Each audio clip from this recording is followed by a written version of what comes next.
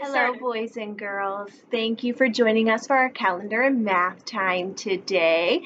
So we're going to start with our calendar right here. Here is our April calendar. Get my lid off my marker. There we go. So last time we met together, it was April 3rd. Since then, we have gone through Saturday the 4th and Sunday the 5th. So I'm going to highlight those and then I'm going to move to today. Here's where our clip would be on our calendar at school for today. So let's read today's date. Today is April 6th, 2020. Excellent. So look right above April 6th. What day of the week is today? Yes, it is Monday. Today is Monday, April 6th, 2020. All right, let's take a look at how many days we have been in school. We see last Friday, we were in school for 142 days. So we had 2 straws in the ones column. I am reaching over and adding today's straw into the ones column for today, which means if Friday we had 2 and we just added another one, we have how many straws in the ones column? 3 straws in the ones column. Fantastic. So how many days have we been in school? 143 days. Excellent. Tell me, what does the number 143 mean? Yes, it means one group of 10. Nope, let's start that again. Yes, it means one group of 100, 4 tens, and 3 ones, 143. One group of 100, 4 groups of 10, and 3 ones. Let's count them. Stay with me.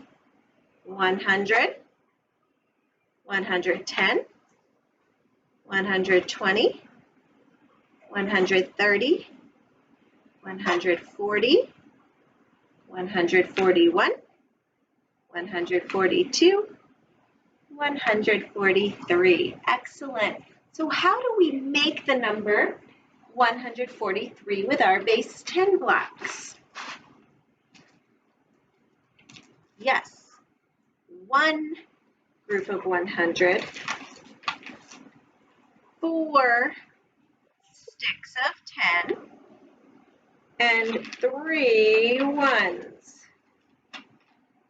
There's our 3 ones. So 1 100, 4 tens, and 3 ones. 143 is our number. Thank you for making that with me today. And thank you, Blair. All right, we are going to move away from our mystery number for a while, and we're going to go into our regular number talks that we do within our classroom. I'm going to talk to the adults for a minute. So adults, number talks are all about, as it says, talking about numbers, being able to break them down.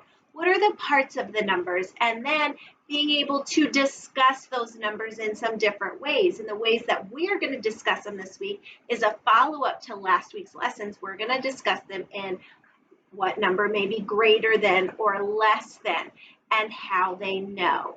So I'm going to go ahead and do the first number talk as an example for you, and then you're going to continue the rest of your number talk with your parents at home, okay? So here is our first one. First I want to point you up here. In this number talk, you are going to tell me exactly what do those numbers mean, and you're going to tell me if a number sentence is greater than, less than, or equal to, and you're going to fill those in. So this is what I would like it to sound like. Here's our first number, and here's our second number. So if I am doing a number talk with an adult at home, I am going to say to the adult, well, I know that this number is 36, and 36 has 3 groups of 10 and 6 ones. I know that this number is 45, and 45 has 4 groups of 10 and 5 ones. I know that 3 tens, is less than 4 tens, which means 36 has to be less than 46. So I'm going to put the less than symbol in, and it reads 36 is less than 45. So I just did a number talk for the first one for you. I want you to do your number talk for the next two with your adult at home. You may go ahead and record that number talk and send it to me, or you can just write these down on a piece of paper, take a picture and send that to me. But I'd love to hear that mathematical thinking and that talking. That's what's important, that you're talking through these numbers and clearly being able to understand them. All right. Now, we have been working with two-digit numbers, and I'm going to take a moment to review the addition that we have done in the past. For instance, if I had this equation, 14 plus 40, I know that my students would be able to solve this equation by using one of three things. They would either get their math manipulatives that they have and show 14 and show 40 and then count them all together to find the answer. Or they would draw in to show me 14, 10, 20, 30, 40, and they would add them together, 10, 20, 30, 40, 50, 51, 52, 53, 54, to tell me that's 54. Or they could use their math talk with just the equations and tell me I know 1 10 and 4 tens is 5 tens, and I know 4 ones and 0 ones are 4 ones, so the answer would be 54. We've used those three strategies. You have that background knowledge. We're going to take it up just a small level. So parents, today I'm not going to pre-teach anything here more than that review. I want to see what our boys and girls can do with this story problem today that takes it to the slight next level and how they're going to solve it. And I would love for you to submit that to me, sharing their thinking. So here we go. Here's our story problem today. Caitlin found 23 shells at the beach. Her brother found 14 shells.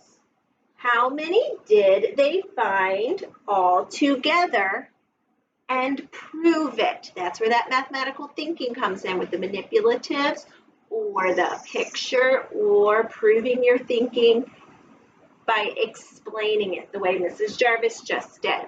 So tell me, what's the important information in this story problem we need to know? Yes, we need to know that Caitlin found 23 shells and that her brother found 14 shells. So how many shells they found, that's what we need to know. Let's listen to it again. Caitlin found 23 shells at the beach. Her brother found 14 shells. How many did they find all together? Prove it. What is the question in this story problem? What are they asking us to do? Oh, we're being asked to find how many shells there are all together with Caitlin's and her brother's all together, right? That's exactly it.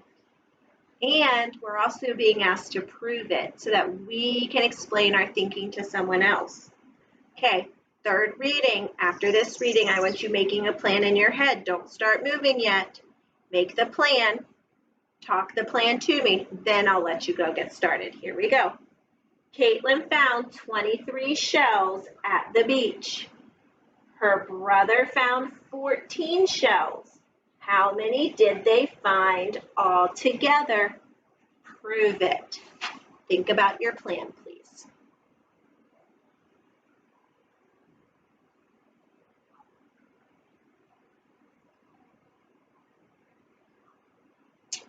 Okay, how are you going to get started on this problem? Go ahead and tell me. Thank you. You may go ahead and get started.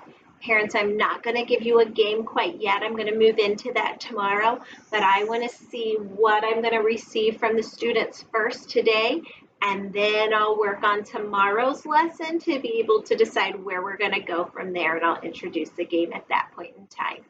Thanks. Have a great day.